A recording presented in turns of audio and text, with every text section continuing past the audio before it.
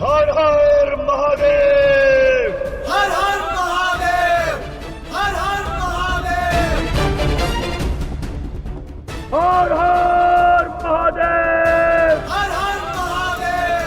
हर हर महादेव! हर हर महादेव! हर हर महादेव! हर हर महादेव! स्मरण रहे पुत्र, अब इस युद्ध भूमि में तुम्हारे विरोध में जो भी हो उससे तुम्हारा कोई संबंध नहीं।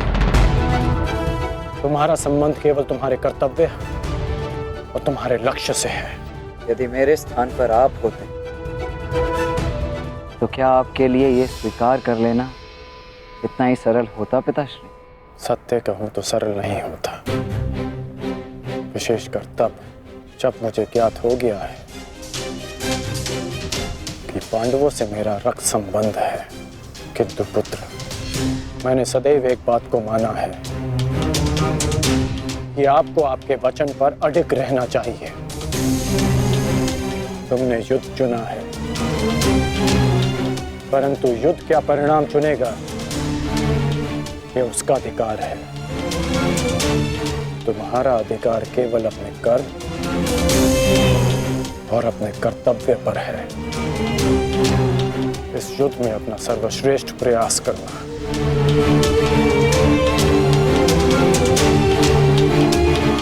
कल्याण हो तुम्हारा।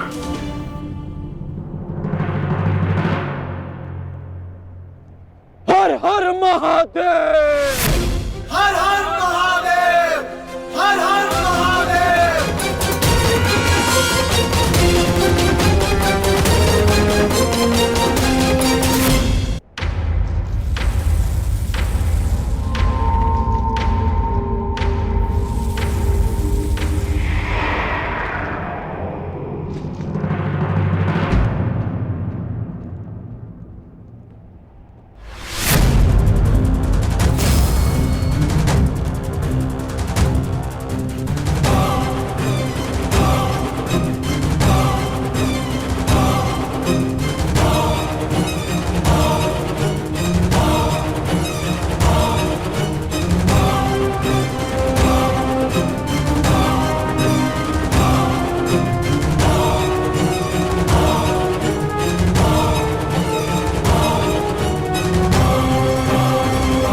मुझे तुम्हारी प्रतीक्षा रहेगी मित्र,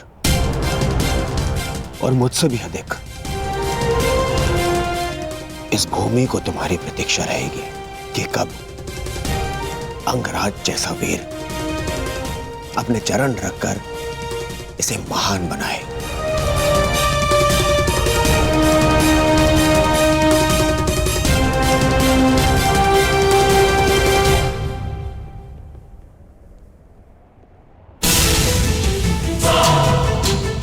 सुरक्षित रहना।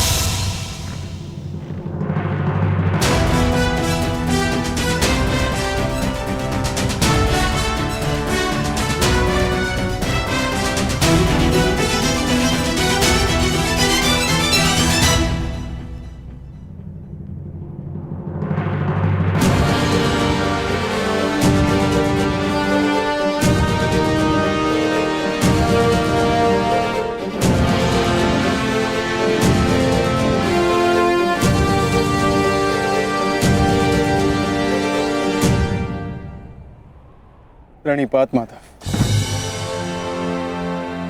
कल्याण वस्तु। आओ पार्थ, रथ पर आरूढ़ हो जाओ।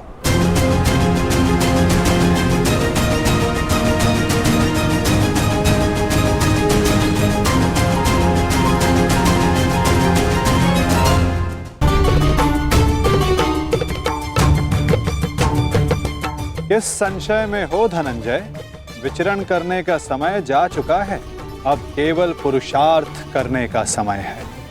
मुझे ज्ञात है माता, परंतु परंतु मोल भाव, ये लक्षण व्यापारियों के होते हैं पार्थ। धर्म युद्ध के योद्धाओं के लिए ये शब्द निरर्थक हैं। पाप नाशनी गंगा बहती जाती है, किंतु परंतु नहीं करती। अंधकार नाशक सूर्य किंतु परंतु नहीं करता। और अधर्म का नाश करने को सज्ज अर्जुन की तुनीर में भी इन संदेहों का कोई स्थान नहीं। तुम्हारा सारथी युद्ध में तुम्हारा मार्गदर्शन करने को सज्ज है पार्थ। आओ, अपना स्थान ग्रहण करो।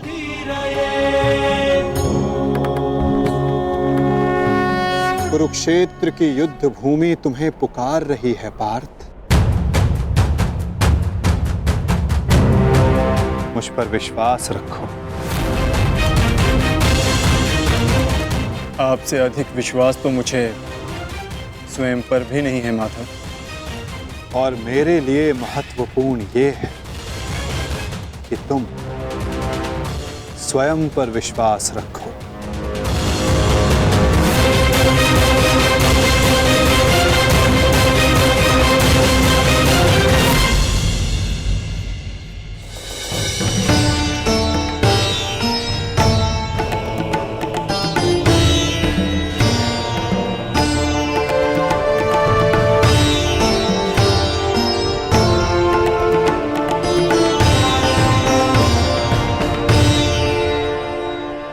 कुछ भूल तो नहीं रहे हो पार्थ? क्या माधव? भ्राता भीम को वीर हनुमान ने इस युद्ध में आप सबकी सहायता करने का वचन दिया था। उनका साथ आप सबको साहस, शक्ति और निडरता देगा। बजरंग बली का आवाहन करो पार्थ।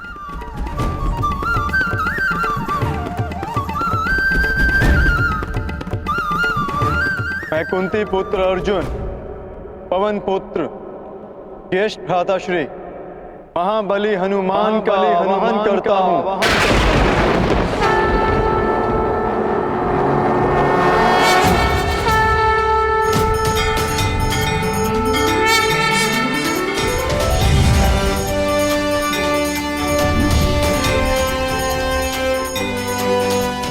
हे महाबली हनुमान, मेरे रथ के ध्वज पर विराजमान हुई। अंजनी गर्भ संभूता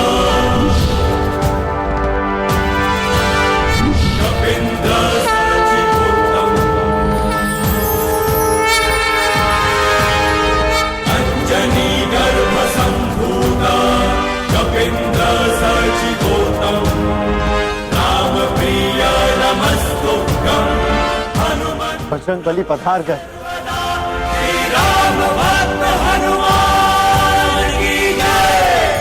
महाबली हनुमान की जय। बजरंग बली हनुमान की जय।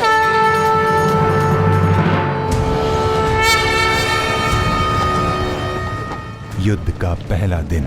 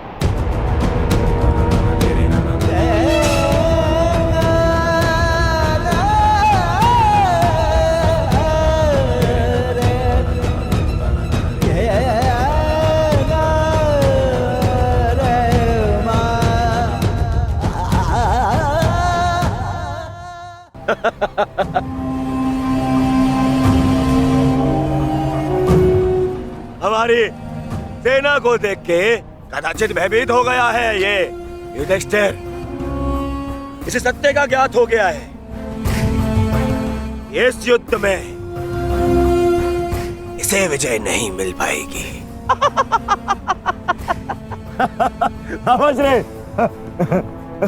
वो छलिया जिस युद्ध के लिए हमें भयभीत कर रहा था, वो युद्ध प्रारंभ होने से पहले ही समाप्त होने जा रही है।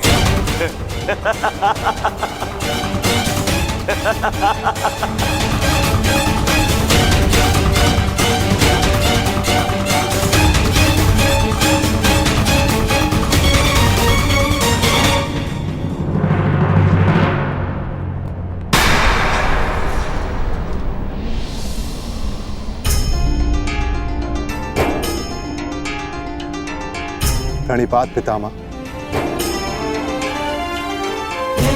प्रणिपात आचार्य द्रोण।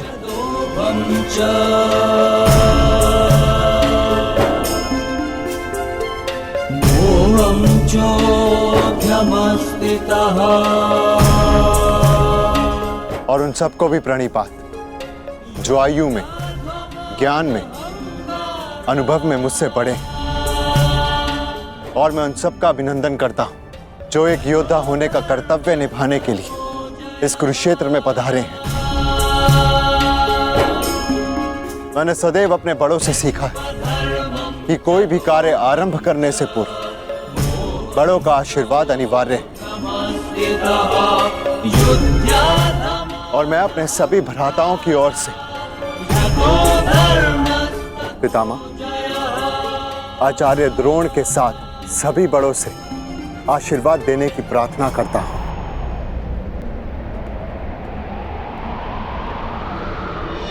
आयुष्मान भव।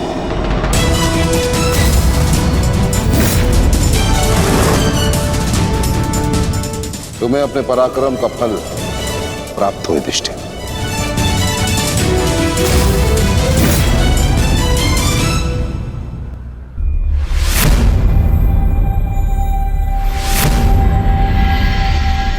एक और पितामह है जिन्होंने मुझे जीवन का मूल्य समझाया, और दूसरी ओर गुरुद्रोण जिनकी दी हुई शिक्षा ने अर्जुन से धनंजय बनाया।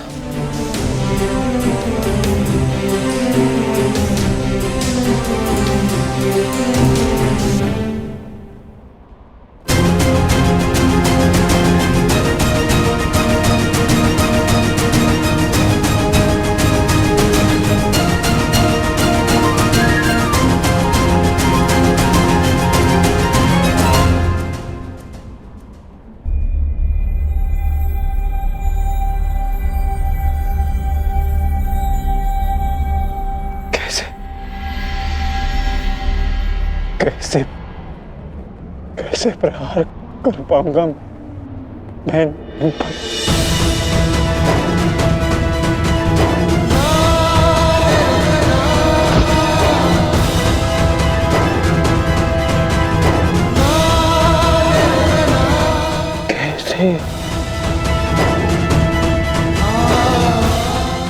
कैसे प्रहार कर पाऊंगा इन पर?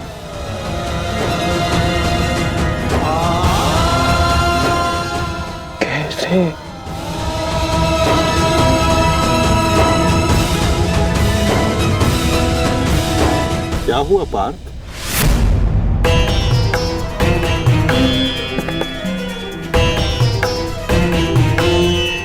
मेरी आपसे विनती है माधव,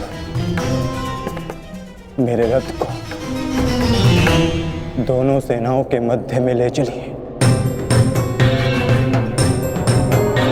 संजय। जी महाराज। संजय, अपनी दिव्य दृष्टि से देखकर बताओ कि कुरुक्षेत्र के युद्ध में तत्पर मेरे पुत्रों और पांडवों की सेना के मध्य क्या क्या हो रहा है। जो आज्ञा महाराज।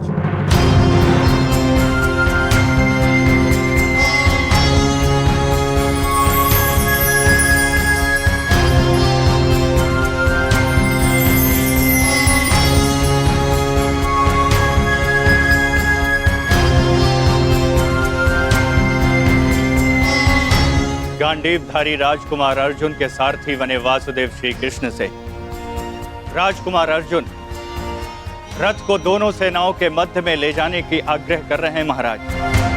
परंतु क्यों पार्थ? ये समय तो दूसरे पक्ष की सेना को तहस नहस कर देने का है, फिर क्यों तुम रथ को दोनों सेनाओं के मध्य में ले जाने की विनती कर रहे हो? युद्ध से पूर्व मैं दोनों सेनाओं का निरीक्षण करना चाहता हूं। क्या तुम वही अर्जुन हो पार्थ, जिसे लक्ष्य संधान के समय पेड़ से बंधी चिड़िया की आंख के अतिरिक्त और कुछ नहीं दिखाई देता था, और आज वही अर्जुन पूरी रणभूमि का निरीक्षण करना चाहता है? बड़ी विचित्र बात है। हाँ माधव,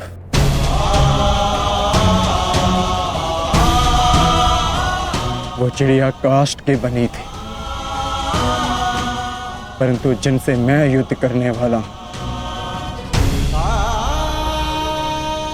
वो रक्त, अस्थि और मांस से बने मनुष्य हैं।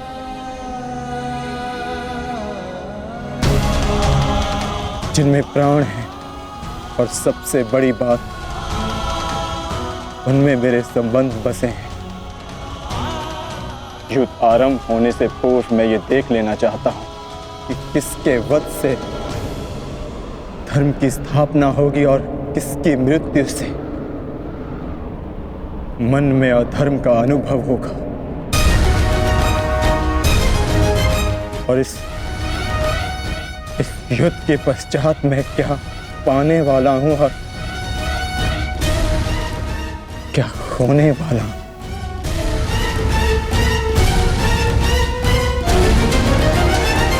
तुम एक योद्धा हो अर्जुन, और तुम यहां अधर्म का बलिदान लेने आए हो, या स्वयं को धर्म पर बलिदान देने के लिए? और एक बलिदानी क्या पाएगा क्या खोएगा, उसकी गणना नहीं करता। बात मेरे बलिदान की नहीं है माधव। इस युद्ध में सहस्त्रों के प्राण दांव पर लगे, और मैं ये निश्चित करना चाहता हूं कि कुरुक्षेत्र में मैं अधर्म का नाश करने जा रहा हूं या फिर धर्म की हानि भी करने जा रहा हूं। नाश और निर्माण की शक्ति केवल विधाता के पास होती है पार्थ। मनुष्य विनाश या विध्वंस नहीं करता। मनुष्य तो केवल ईश्वर का निमित्त मात्र होता है। निमित्त होकर यदि वो विनाश और विध्वंस का उत्तरदायित्व स्वयं पर ले, तो उससे केवल अहंकार का जन्म होता है पार्थ, जो ये मानता है कि वो कुछ नहीं कर रहा। उसी के हाथों महान कार्य संपन्न होते हैं।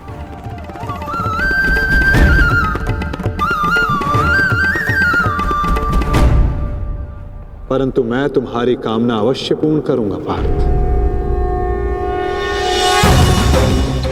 क्योंकि बलिदान भी एक प्रकार का दान होता है,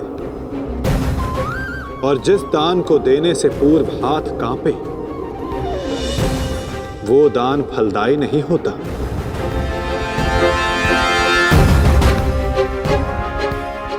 आओ पार्थ, मैं तुम्हें युद्ध भूमि के मध्य ले चलता हूं।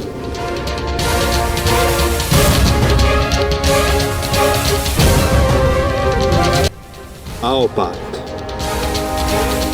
मैं तुम्हें युद्ध भूमि के मध्य ले चलता हूं।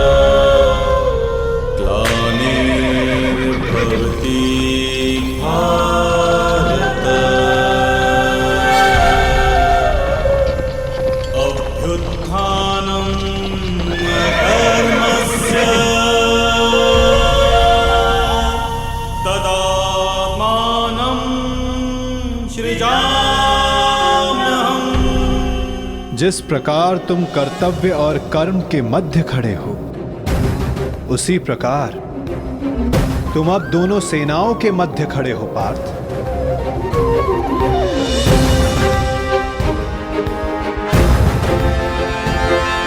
करो, क्या निरीक्षण करना चाहते हो?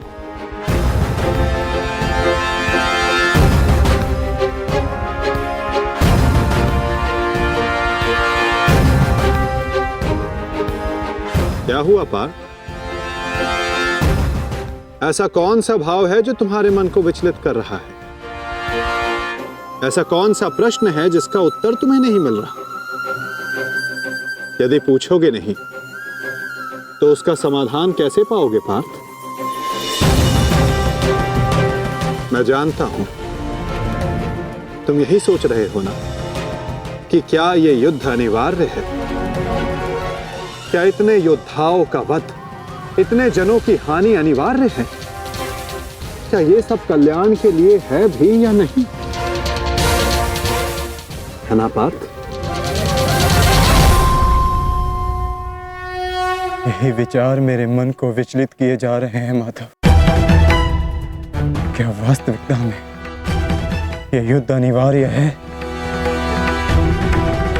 क्या राज्य, धारा, संपत्ति, ये सब पाने के लिए अपनों का वध करना धर्म है? क्या एक योद्धा का यही कर्तव्य है? बताइए, उत्तर दीजिए माधव।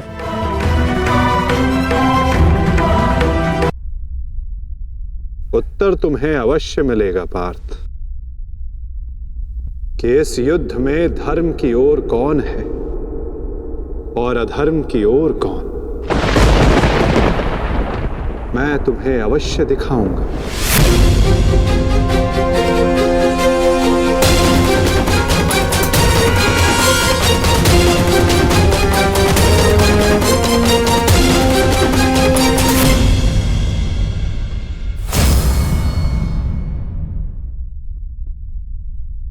ये है वो हस्तिनापुर युवराज दुर्योधन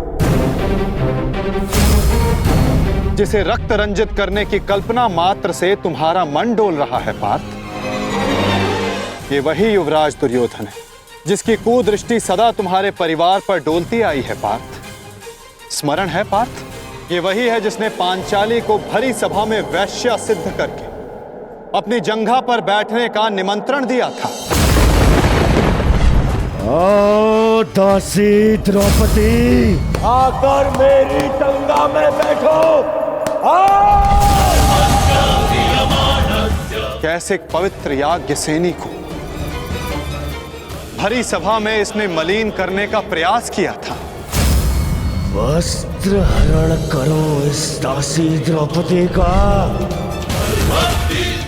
और ये तुम्हारे मातुल्य गांधार राज शकुनी, इन्होंने जब शकुन मनाया केवल तुम्हारे परिवार के अनिष्ट का शकुन मनाया पार्थ। तुम इन्हें मातुल्य कहते हो। मातुल्य का अर्थ है जिसे मां के तुल्य समझा जाए। और तुम्हारे इन्हीं मामा ने तुम्हारी माता को वारणा व्रत के लाक्षागृह की अग्नि में भस्म करने का प्रयास किया पार्थ।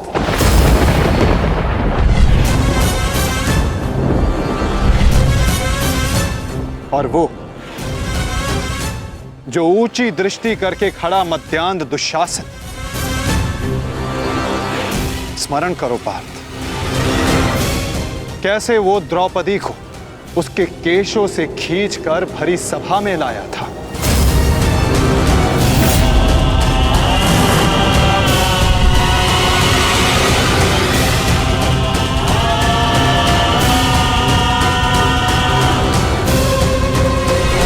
कैसे याज्ञ सैनी को भरी सभा में निर्वस्त्र करने का प्रयास किया था इसने।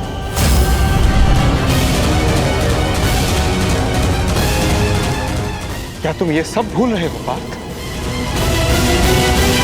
ये है महामहिम भीष्म, द्रोणाचार्य, अश्वत्थामा। जब ये अधर्म हो रहा था तो ये सब मौन रहे। ये वो अत्याचार, वो अधर्म मौन रहकर देखते रहे।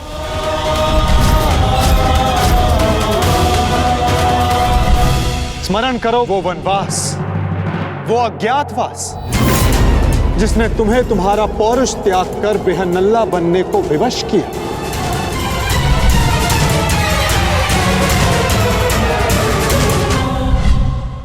स्मरण करो उन प्रतिज्ञाओं को जो तुम पांचों ने वनवास जाते समय ली थी।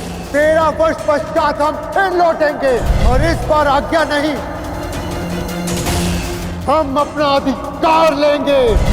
मैं प्रतिज्ञा लेता हूं कि पांचाली के अपमान पर अट्टहास करने वाले इन 100 कौरों को मैं अपने इन हाथों से यमलोक भेज दूंगा।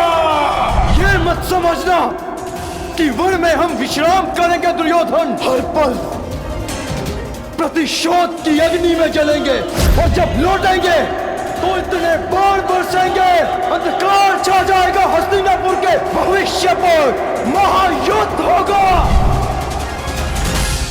जिस प्रतिशोध के लिए तुम सब ने 13 वर्ष तपस्या की, आज उस प्रतिशोध की अग्नि क्षीण हो गई है।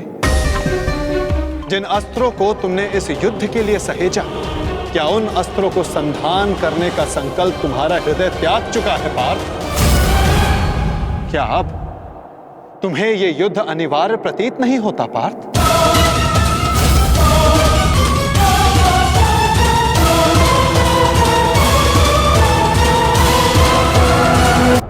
धर्म अधर्म की तुलना करना नहीं,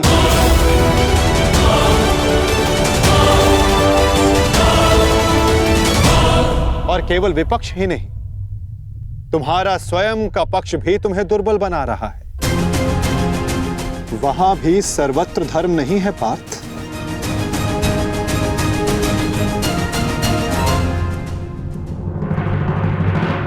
आओ, मैं तुम्हें अपना पक्ष दिखाता हूं।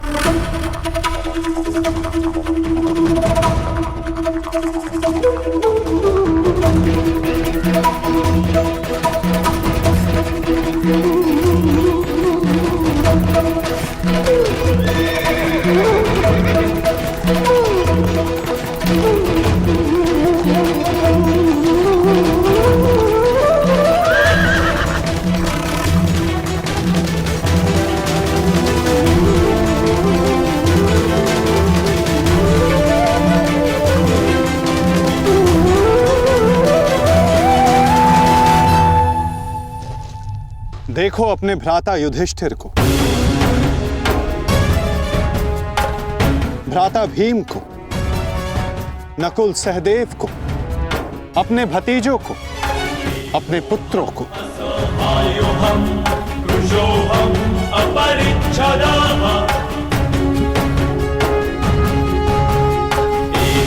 तुम्हें क्लेश है कि इनमें से ना जाने कौन कौन काल कलवित होगा।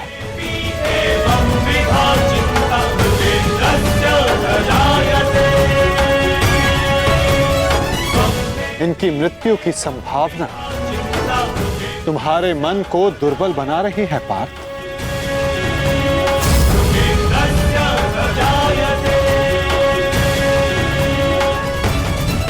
परंतु पार्थ, क्या ये वास्तविकता में धर्म के पक्षधर हैं? तुम्हें प्रतीत होता है कि ये सब निरपराध मारे जाएंगे। तो बताओ, कौन है जो अपराधी नहीं, जो दोषी नहीं? यदि युधिष्ठिर स्वयं का अधिकार राज्य पर मानते हैं, तो इसमें दुर्योधन का क्या दोष? क्या उनकी माता पहले गर्भवती नहीं हुई थी? क्या यह सत्य नहीं कि युधिष्ठिर ने अपना राज द्यूत क्रीड़ा में लगाया जिसे दुर्योधन ने जीता? यदि दुशासन ने अपनी ज्येष्ठ की आज्ञा मानकर द्रौपदी का वस्त्र हरण करने का अपराध किया, तो तुम चारों ने भी अपनी ज्येष्ठ की आज्ञा मानकर अपनी पत्नी का अपमान होने दिया।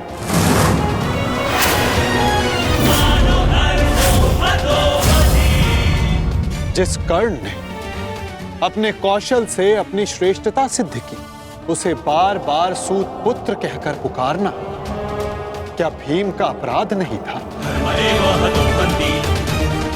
द्यूत क्रीड़ा के नियम जानते हुए भी युधिष्ठिर ने उसका प्रस्ताव स्वीकार किया।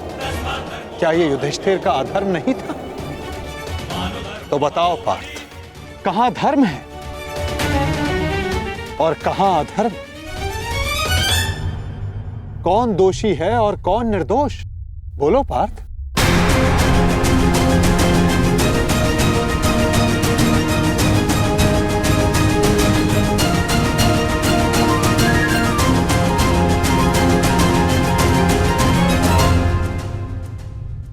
आपने उचित कहा माधव, दोनों ही पक्षों में धर्म भी दिखता है और अधर्म भी।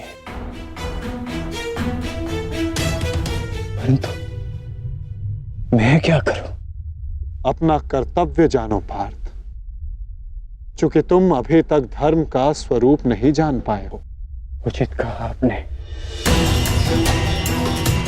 मेरा अंग अंग कांप रहा है, मंद हो गई है,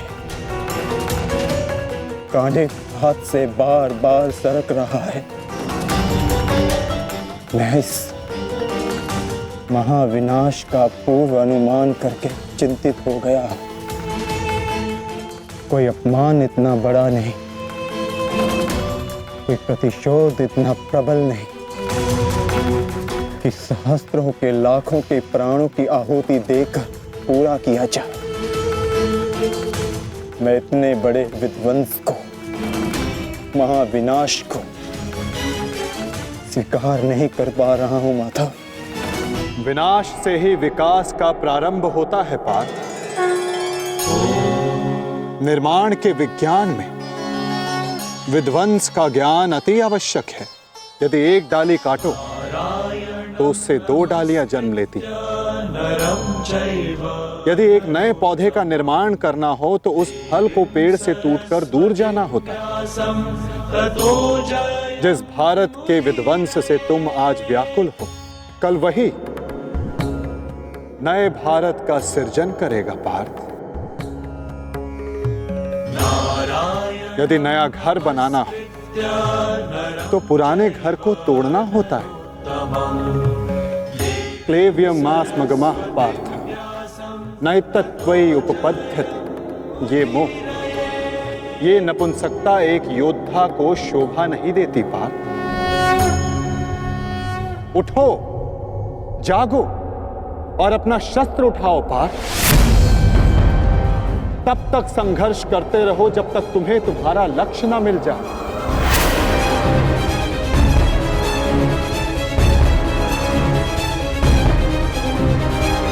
शस्त्र उठाओ?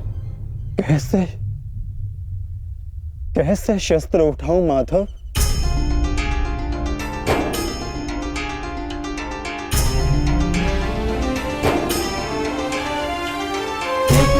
धर्मं च लोभं च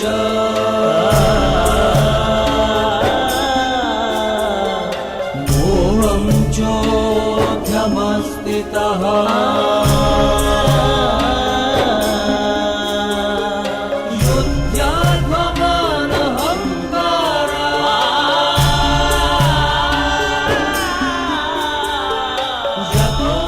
जिनकी सेवा और आज्ञा पालन करना जीवन का धर्म है, उन पितामह पर, आचार्य द्रोण पर कैसे शस्त्र उठाऊं मैं? कैसे माधव? ये कौरव है तो मेरे भाई ही ना। सबकी धमनियों में एक ही रक्त है। इन्हें मारकर इंद्रप्रस्थ तो क्या, इंद्रलोक भी मिले तो क्या लाभ?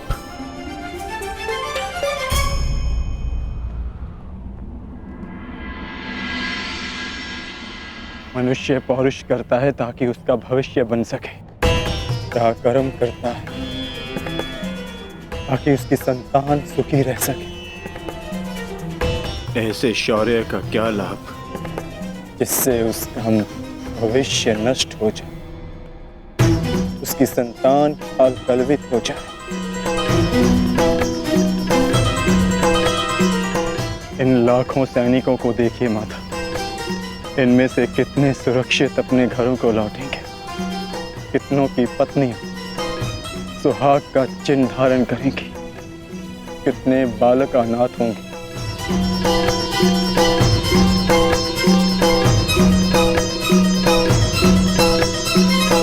कौन बचेगा उन्हें धर्म और भविष्य सिखाने के लिए? मैं देख रहा हूं माधव, इस धर्म युद्ध के पश्चात अधर्म और भी बढ़ेगा। कुरुकुल का ही नहीं, पूरे भारत का विनाश होगा। आज के नियम टूटेंगे। क्या भविष्य को यही आशा है हमसे? तर्क बुद्धिमतपूर्ण है पार्थ, परंतु अर्थ मूर्खतापूर्ण। क्या नष्ट हो जाएगा? कैसा दुख होगा पार्थ? यदि वृक्ष के कुछ पत्ते झड़ जाएं, तो वो दुख का कारण नहीं होते पार्थ।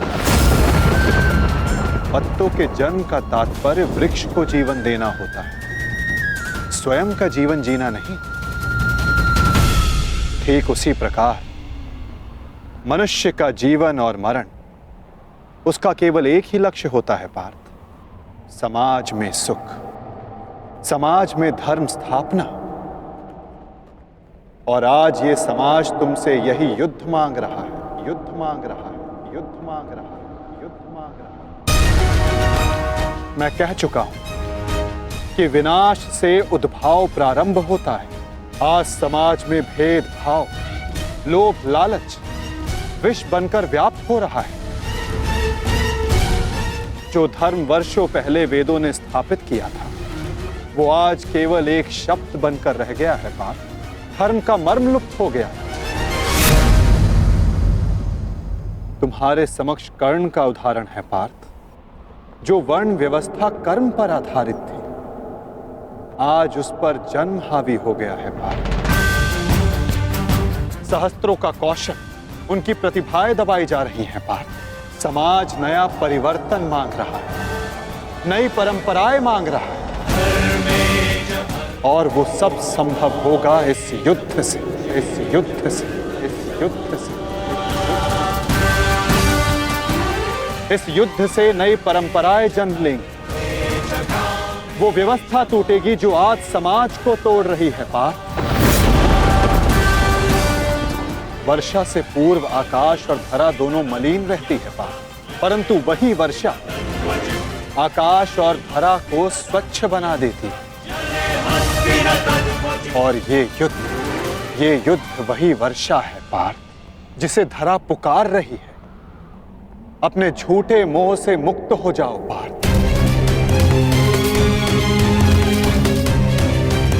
और अपने वास्तविक लक्ष्य को पहचानो। समग्र मानव समाज के लाभ का विचार करके उठाओ अपना शस्त्र, उठो और गांडीव की तनकार से बता दो समस्त संसार को कि परिवर्तन आ रहा है। अपने बाणों से तोड़ डालो इस व्यवस्था को और जन्म दो नूतन परंपरा को पार्थ। यही धर्म है।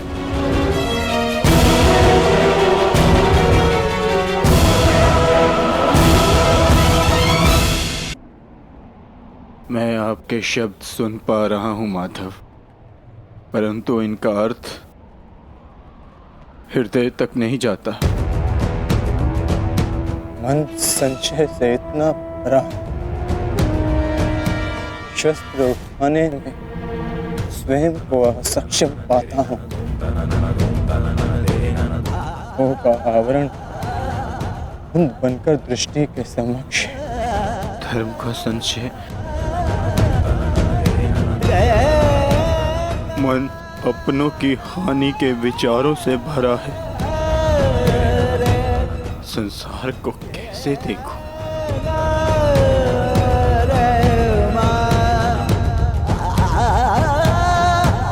आप मेरे सारथी हैं माधव, इस युद्ध में ही नहीं, जीवन के मार्ग में भी। आज मेरी आत्मा के सारथी बन जाइए और मेरी आत्मा को सत्य के मार्ग के दर्शन कराइए। मुझसे वो कहिए जिसे सुनकर मेरी निर्बलता दूर हो जाए। मैं इस दुविधा के चक्कर से मुक्ति पाऊं।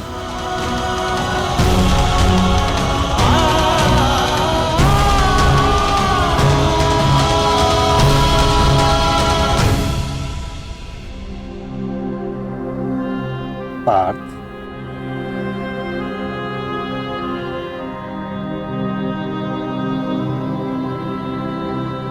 यदि जल की धारा में मुट्ठी डालोगे तो हाथ में जल नहीं आएगा, और यदि धारा में अंजलि बनाओ तो हाथ में जल आएगा। मुट्ठी अहंकार है पार्थ, और अंजलि समर्पण होता है। यदि समर्पण की अंजलि बनाओगे तो ही तुम सत्य का ज्ञान अर्जित कर पाओगे। समर्पण करो पार्थ।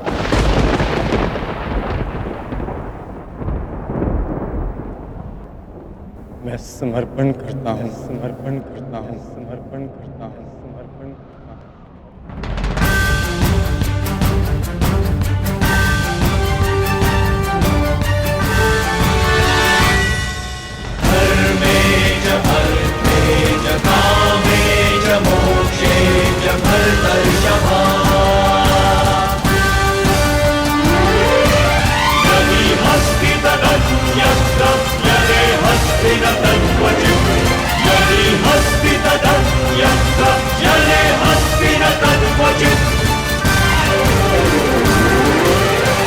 तो ठीक है पार्थ, यदि तुम सत्य जानने को उत्सुक हो तो मैं तुम्हें सत्य, धर्म और कर्म का ज्ञान देता हूं।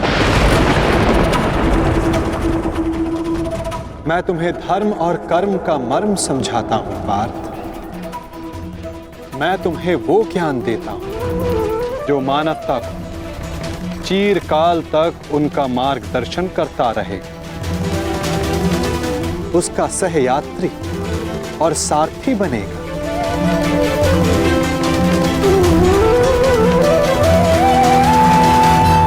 तो समर्पण भाव से सुनो पार्थ, वो ज्ञान जो मैं तुम्हें अर्पण करने वाला हूं।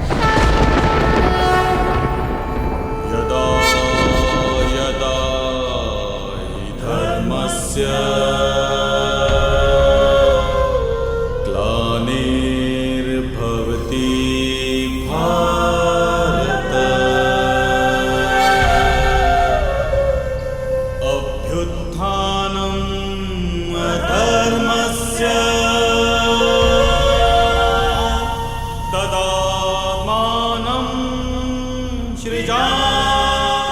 तो बताइए माता,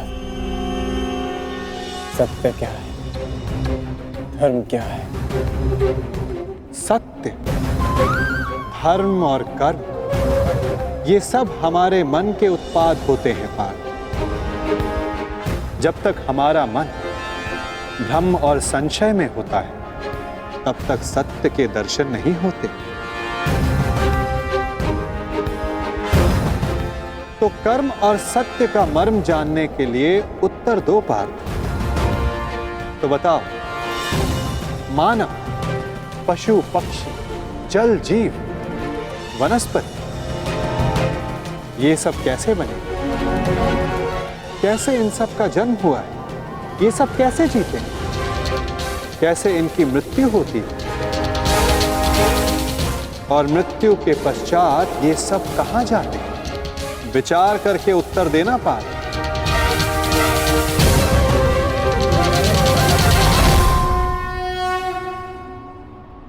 क्योंकि इसी प्रश्न में तुम्हारे भ्रम का उत्तर छिपा हुआ है। तो बताओ। देह मिट्टी से बना है माधव, वायु श्वास बनकर उसे जीवन देती है, अग्निताप बनकर उसे चलाता फिराता है, जल रक्त और मज्जा से बनकर उसे जीवित रखता है और आकाश देह के रिक्त स्थानों में उपस्थित रहता है। इसी प्रकार इन्हीं 5 महाभूतों से देह का निर्माण हुआ है माधव, और मृत्यु के पश्चात इन्हीं 5 भूतों से इसका विलय हो जाता है।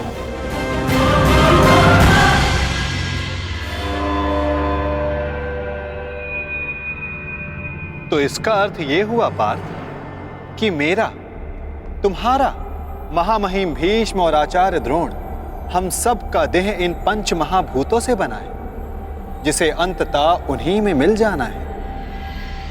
तो मोह किसका पार्थ? इस माटी से बने देह का?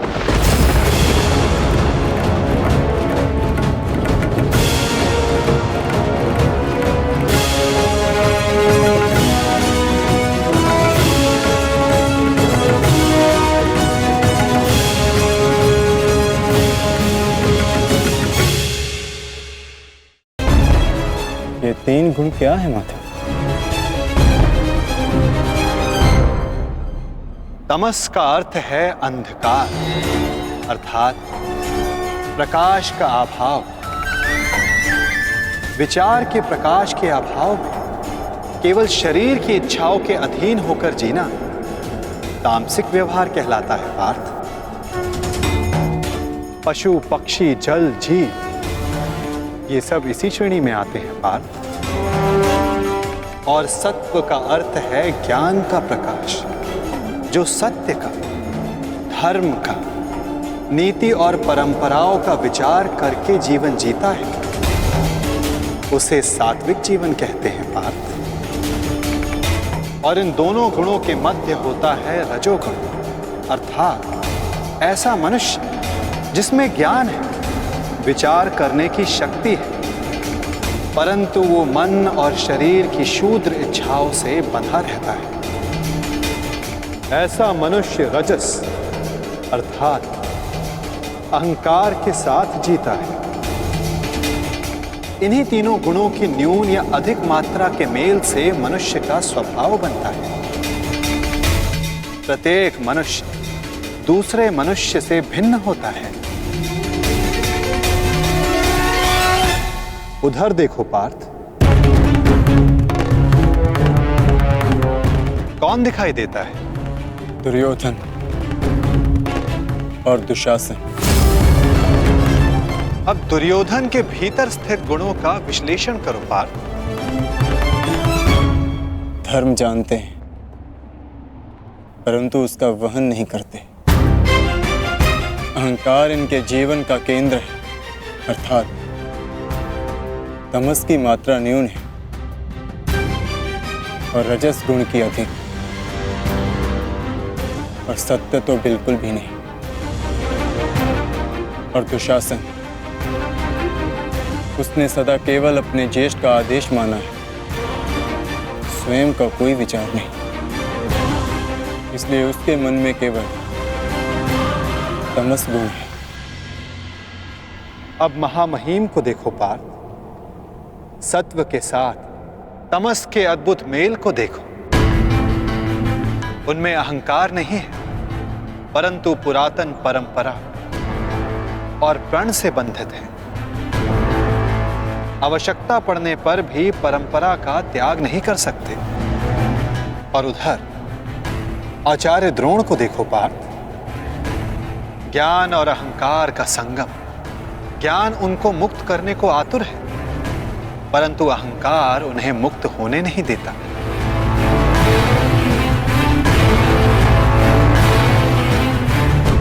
परंतु माधव, यदि मनुष्य का स्वभाव इन गुणों के मेल से आकार पाता है, तब तो उसका व्यवहार जन्म से ही निश्चित होता है ना। सिंह का गुण है कि वो मृग का आखेट करेगा ही, भयभीत करेगा ही। उसी प्रकार मृग का भी गुण है कि उसे सिंह से भयभीत होना ही है। यदि किसी का अपराधी और अधर्मी होना निश्चित है, तो फिर हम क्यों किसी के कर्मों की प्रशंसा करते हैं? क्यों हम किसी को अपराधी मानकर उसे दंड देते हैं? क्या आवश्यकता है किसी के नाश की? क्या आवश्यकता है किसी के प्रतिकार की? उत्तम प्रश्न है पार्थ, परंतु मनुष्य का कर्म जानने से पूर्व यह समझ लेना आवश्यक है कि मनुष्य वास्तव में है क्या। क्या मनुष्य केवल पंच महाभूतों का मेल है? नहीं, मनुष्य केवल पंच महाभूतों का, पंच पदार्थों का, पंच ज्ञान इंद्रियों, पंच कर्मेन इंद्रियों और 3 गुणों का मेल नहीं। इन 23 गुणों के अतिरिक्त भी एक शक्ति है जो मनुष्य को विचार करने की, धर्म और कर्म समझाने की, उसको भिन्न बनाने की शक्ति देती है, और वो शक्ति है चेतना। इन 24 तत्वों का मेल ही प्रकृति है पार्थ। जो मनुष्य योनि नामक यंत्र में वास करती है, पुरुष अर्थात परमात्मा का अंश। जब पुरुष और प्रकृति अर्थात आत्मा और परमात्मा का मेल होता है, तभी जाकर मनुष्य का देह जीवित रहता है। यदि मनुष्य परमात्मा का अंश है, तो फिर ये आत्मा क्या है? इसे कैसे जाना जाए? तुम एक महारथी हो और इस रथ का उपयोग करते हो। उसी प्रकार आत्मा इस शरीर नामक रथ का, इस यंत्र का उपयोग करती है, परंतु आत्मा शरीर नहीं होती। एक रथ के टूट जाने पर जिस प्रकार रथी का नाश नहीं होता, उसी प्रकार शरीर के नष्ट हो जाने पर आत्मा का नाश नहीं होता। नयनम चिंदन्ति शस्त्राणि नयनम दहति पावक न चैनम क्लेद्यन्तापो न शोषति मारुता।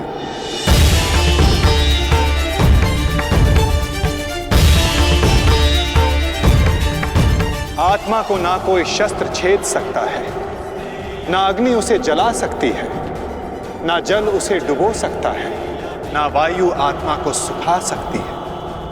आत्मा अजर है, आत्मा अमर है, अमर है, अमर है, अमर है। आत्मा शरीर से जुड़े होने के पश्चात भी वो शरीर से अलग है। ना हन्यते हन्यमाने शरीरम पार्थ। शरीर की हत्या की जा सकती है, परंतु आत्मा की हत्या नहीं की जा सकती। वो अचल है, स्थिर है, वो सनातन है, सर्वव्यापी है।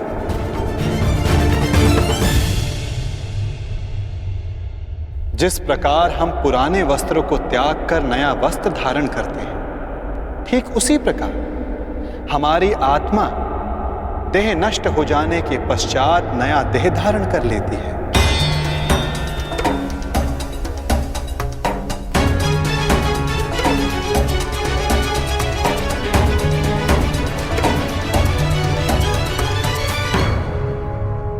परंतु स्वयं को देह ना जानकर मैं आत्मा को कैसे जान सकता हूं माता?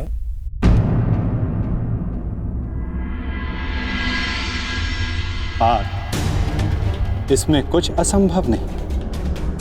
एक दृष्टिहीन व्यक्ति संसार को अपनी मन की दृष्टि से देखता है। बोलने में असक्षम व्यक्ति प्रयास करके अपने संकेतों से संसार को समझाता है। जिनके हाथ पांव नहीं होते, वो भी पुरुषार्थ करते हैं। तो आत्मा को जानना भी इतना कठिन कार्य नहीं है पार्थ।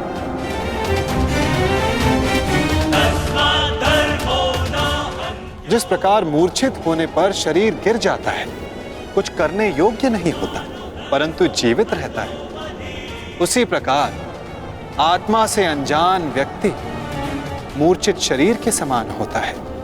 वो जीवित रहता है, परंतु कर्म और धर्म को समझ नहीं पाता।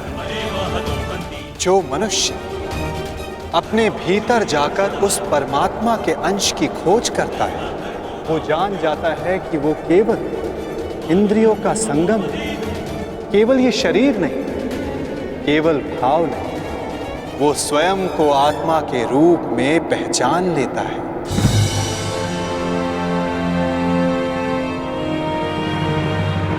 पर ब्रह्म विभाजित होकर पुरुष और प्रकृति बने पार्थ। फिर प्रकृति की प्रत्येक वस्तु में आत्मा का वास हुआ। प्रकृति यानी मनुष्य का शरीर जब वो मोह और अंधकार से घिर जाता है, तब वो अपनी चेतना को खो देता है। तब उस मोह निद्रा को तोड़कर अपनी चेतना को जगाना, स्वयं को परमात्मा का भाग जानना, यही आत्मा का कार्य है, यही उसका उद्देश्य है पार्थ। यदि हर आत्मा परमात्मा का अंश है, तो फिर ये प्रगति और अवगति, नाश और उत्थान, पाप और धर्म, ये सब परमात्मा स्वयं कर रहे हैं। नहीं पार्थ, ये मनुष्य की चेतना और आत्मा करती है। जिस प्रकार कीचड़ से घिरा रत्न अपनी चमक खो देता है, जिस प्रकार मेघों से घिरा सूर्य अपना प्रकाश खो देता है, वैसे ही प्रकृति के 24 तत्वों से घिरी आत्मा ये भूल जाती है कि वो परमात्मा का अंश है।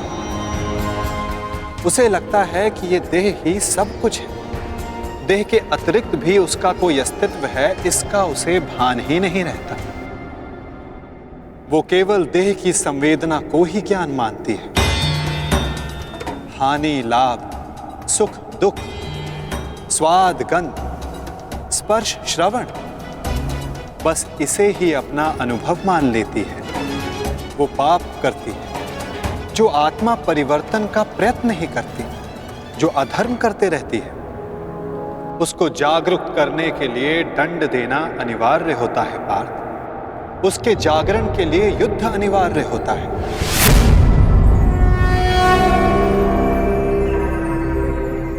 अर्थात ये युद्ध अनिवार्य है, मैं शरीर नहीं। हाँ पार्थ, तुम भी ये शरीर नहीं, तुम भी आत्मा हो। और इस युद्ध भूमि में खड़ा प्रत्येक योद्धा वैसा नहीं जैसा तुम उसे जानते हो। वो सभी आत्माएं मोह, अहंकार और अंधकार से घिरी हुई। कुछ समय के लिए आत्मा इनके शरीरों में वास कर रही है। शरीर मरेंगे, किंतु सब अमर हैं। अपनी अपनी देह को त्याग कर सब नया शरीर धारण करें, और बार बार तब तक ऐसा होता रहेगा जब तक आत्मा से मोह और अहंकार का आवरण नहीं हट जाता, जब तक वो स्वयं को पवित्र आत्मा, शुद्ध आत्मा के रूप में नहीं जान लेती और अधर्म का त्याग करके धर्म में दृढ़ नहीं हो जाती। ब्रह्म विद्या का पहला पाठ यही है पार्थ। तुम क्या खोने से डरते हो? तुम क्या साथ लाए थे जो तुम वापस ले जाओगे? जिसने जन्म लिया है उसे एक ना एक दिन अवश्य मरना होगा, और जो मरेगा उसे फिर से जन्म लेना होगा। यही महाज्ञान सांख्य योग है पार्थ।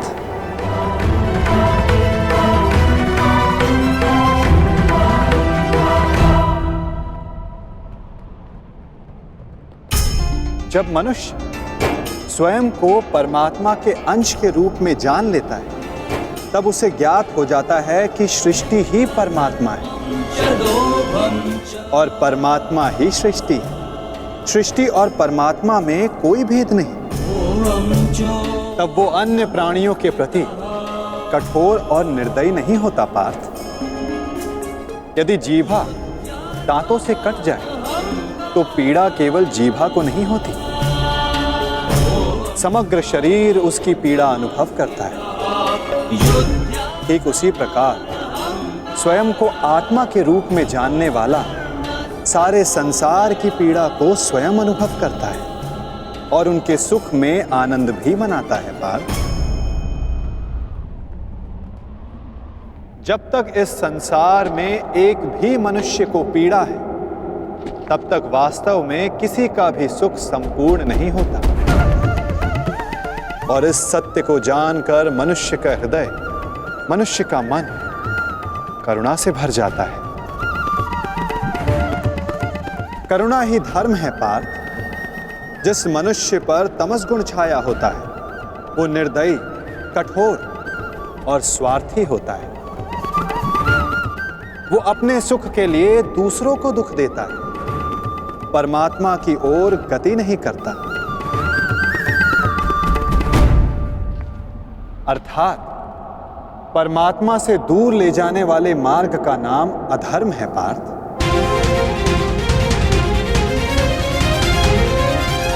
अर्थात अधर्म तो अज्ञान का दूसरा नाम है माधव। परंतु अज्ञानी और अपराधी में अंतर नहीं होता। क्या अज्ञानी के लिए दया आवश्यक नहीं? उन्हें दंड देना कैसे उचित है? जब एक अज्ञानी ज्ञान का मूल्य जानने को सज्ज ना हो तो दंड ही समाधान है पार्थ, और दंड ही दया है, उसके प्रति भी और दूसरों के प्रति भी। सृष्टि की गति सदा परमात्मा की ओर हो, यह आवश्यक नहीं पार्थ। कभी कभी ऐसी स्थिति भी आती है जब अधर्म, मोह और अज्ञान बढ़ जाता है। धर्म के नाश का भय उत्पन्न हो जाता है। यदि संसार से धर्म लुप्त हो जाता है तो करुणा भी नष्ट हो जाती है, सत्य भी नष्ट हो जाता है। यदि भविष्य में आने वाली पीढ़ियों को धर्म प्राप्त हो सके, इसलिए आज अधर्मियों का वध करके धर्म की स्थापना करना आवश्यक है पार्थ। और आज तुम्हारे समक्ष ऐसी ही स्थिति है।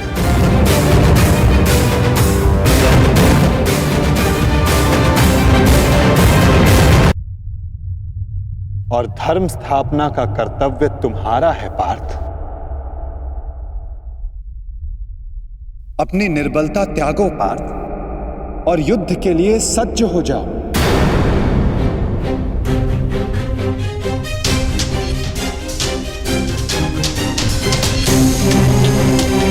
किंतु मेरे हाथों से हत्याएं होंगी, किसी की मृत्यु होगी। क्या मेरे भीतर की करुणा का नाश नहीं हो जाएगा माधव? यदि करुणा ही धर्म का आधार है तो फिर मेरी आत्मा तो अधर्मी बन जाएगी माधव। कर्म का बंधन अवश्य निर्मित होता है, परंतु कार्य का बंधन निर्मित नहीं होता पार्थ। प्रत्येक कर्म कार्य होता है पार्थ, परंतु प्रत्येक कार्य कर्म नहीं होता। कर्म उस कार्य को कहते हैं जब मनुष्य उस कार्य से फल की इच्छा रखता है। जब भी मनुष्य धन, संपत्ति, प्रशंसा के लिए कार्य करता है, उस कार्य से फल की आशा रखता है, तब वो उस फल में बंध जाता है और इसी कारण उसे बार बार जन्म लेना पड़ता है पार्थ। वास्तव में मनुष्य को कोई कर्म नहीं बांधता पार्थ। उस कर्म से जुड़ी फल की आशाएं, फल की कामना मनुष्य को बांधती है। वो कैसे माधव?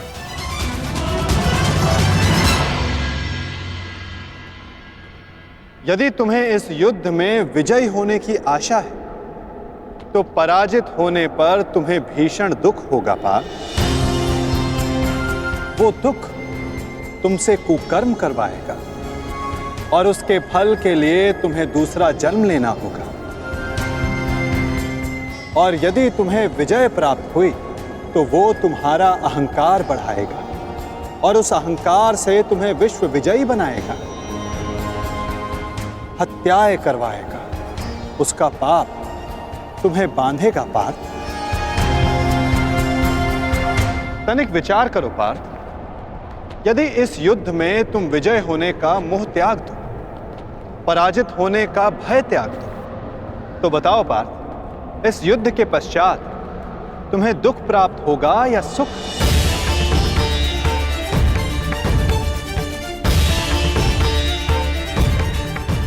ना सुख ना दुख। अर्थात वास्तव में तुम्हारा सुख दुख, हताशा, अहंकार, ये सब इस युद्ध के कारण नहीं, ये सब इस युद्ध से जुड़ी तुम्हारी आशाओं के कारण है पार्थ। क्या ये सत्य नहीं? सुख दुखे समे कृत्वा लाभा लाभा जया जय ततो युद्धाय युजस्व नैवं पापम वयाप्स्यसि।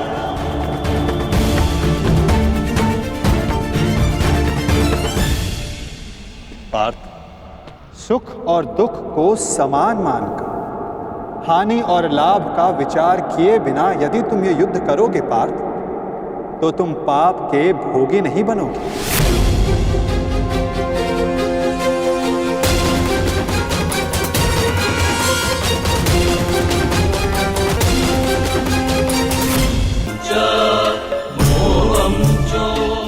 सत्व गुण से संचित लोग ही संसार को लाभ दे पाते हैं, परंतु जब वही संन्यास का विचार करते हैं तो धर्म की हानि होती है। जिस प्रकार सूर्य के ताप से जल वाष्प बनकर उड़ जाता है और कीचड़ रह जाता है, उसी प्रकार सत्वगुणी और सज्जन लोग इस संसार का त्याग करते हैं, तो तमस गुण से भरे अधर्मी इस संसार पर राज करते हैं और इसी कारण संसार में पाप, अपराध और अधर्म बढ़ता है।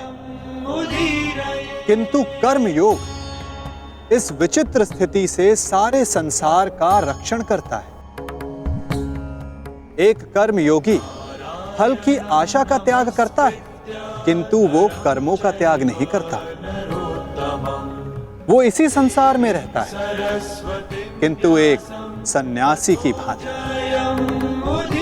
वो कार्य सारे करता है, परंतु कर्म एक भी नहीं करता।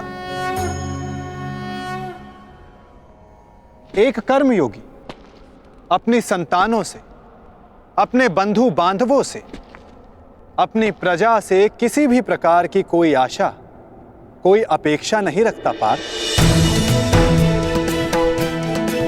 स्वयं उसे सन्यास का लाभ प्राप्त होता है और सन्यासी की भांति वो संसार को लाभ देता है। किंतु माधव,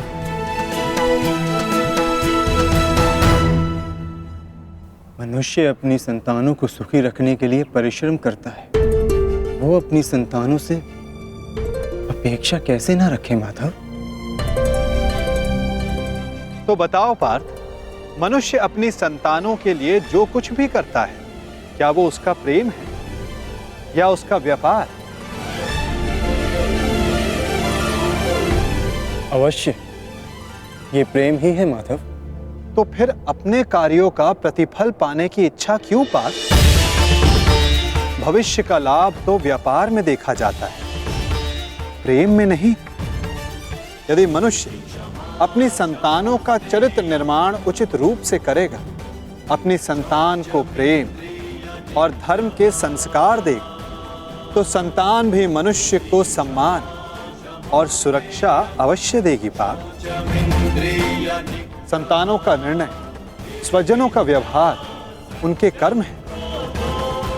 दूसरों के कर्मों पर यदि मनुष्य को कोई अधिकार नहीं, तो फिर व्यर्थ आशाएं और अपेक्षाएं रखने का क्या प्रयोजन पार्थ?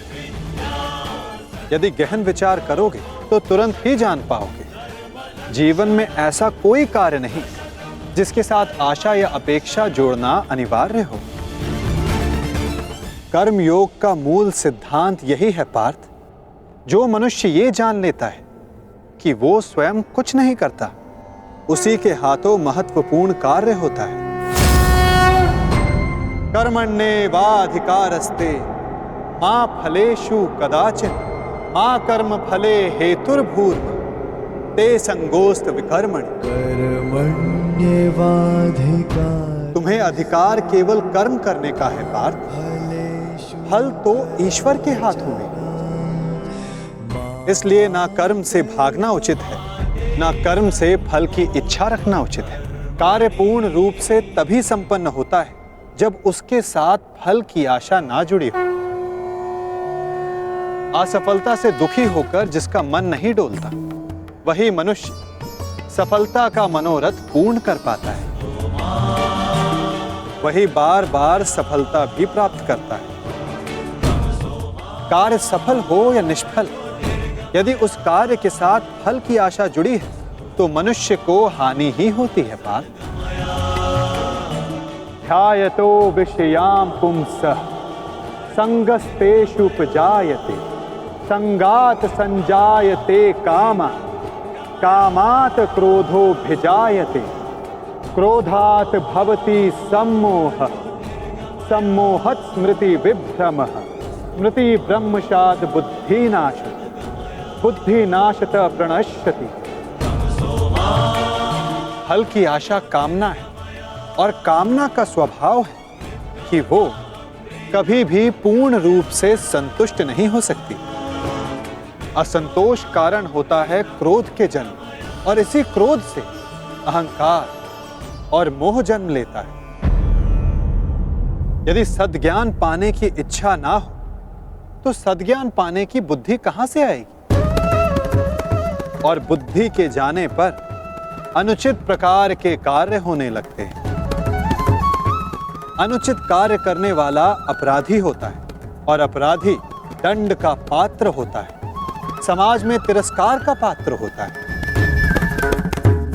अपनी बुद्धि को स्थिर करो, स्वयं को आत्मा जानो, सारे मिथ्या बंधनों को तोड़ दो, फल की आशा का त्याग करके कर्म करते रहो। परंतु स्थिर प्रज्ञा होने का मार्ग क्या है माता? सांख्य योग पार्थ। सांख्य योग के कारण मनुष्य सदैव परमात्मा का निरंतर स्मरण करता है। परमात्मा के निरंतर स्मरण से उसके हृदय में समर्पण का भाव जागृत होता है और उसे ही भक्ति कहते हैं पार्थ।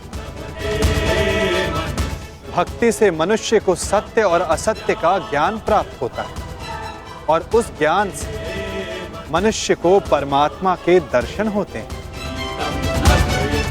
जो परमात्मा के दर्शन कर लेता है वो वास्तव में कर्मयोगी बनता है।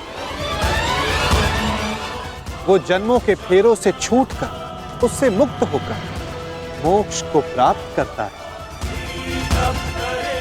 सभी आत्माओं का अंतिम लक्ष्य वही है और धर्म का अंतिम चरण भी वही है पार्थ।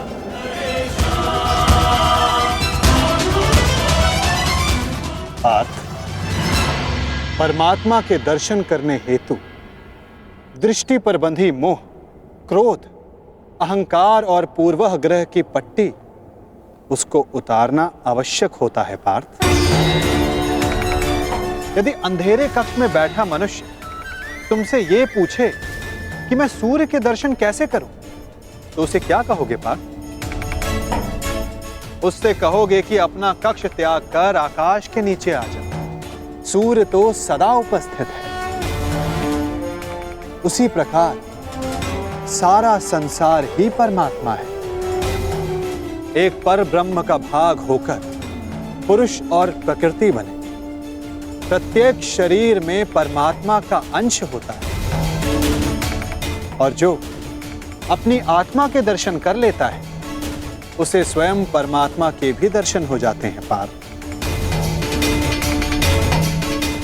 जिस प्रकार नमक के एक कण का स्वाद सारे सागर के स्वाद से भिन्न नहीं होता, उसी प्रकार आत्मा का दर्शन परमात्मा के दर्शन से भिन्न नहीं होता पार्थ। क्या आप ही परमात्मा है माधव?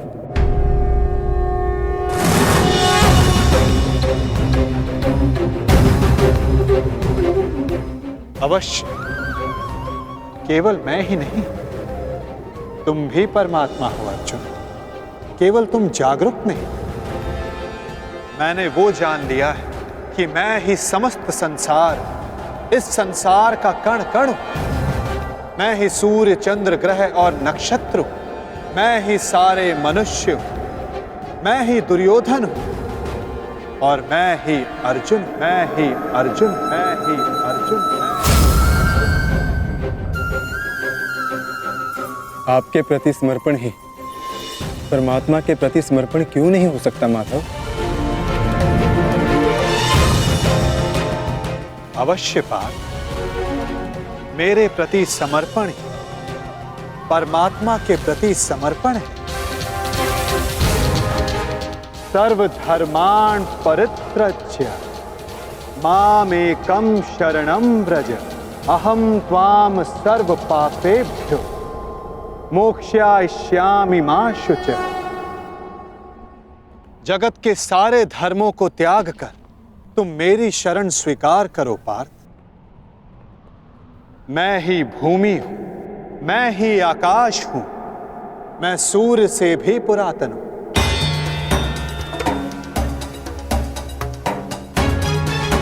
मैं किसी वृक्ष पर खिली कली से भी नया हूं। मैं ही स्वर्ग और नरक को धारण करने वाली शक्ति हूं पार्थ। किंतु वो कैसे संभव है माधव? आपका जन्म बहुतों ने अपने जीवन काल में देखा है।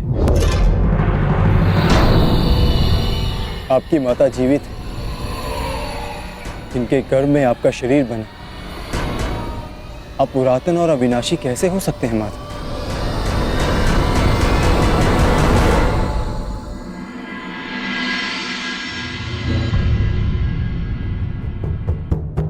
तुम शरीर को देख रहे हो पार्थ, और मैं आत्मा की बात कर रहा हूं। मेरे अनेक जन्म हुए, मैंने अनेक अवतार धारण किए, मेरे अनेक शरीर बने और मिट्टी में मिल गए। आगे भी मैं अनेक बार जन्म लूंगा पार्थ।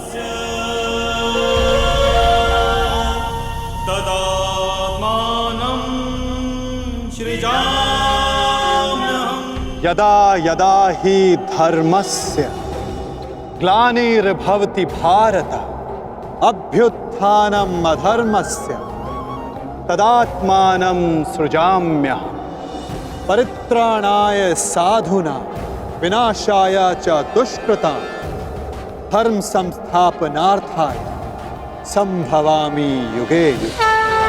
धर्मस्य ग्लानिर्भवति भारत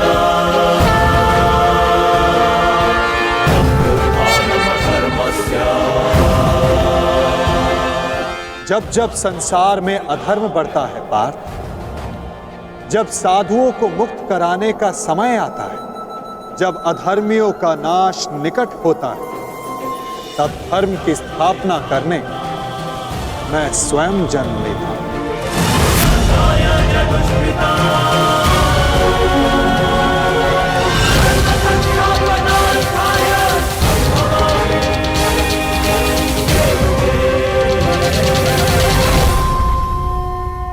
ही अविनाशी परमात्मा, मैं ही मत्स्य अवतार भी था, मैं ही वामन था, परशुराम भी मैं ही, मैं रामचंद्र भी था, ब्रह्मा विष्णु महेश मैं, विद्या लक्ष्मी और काली मैं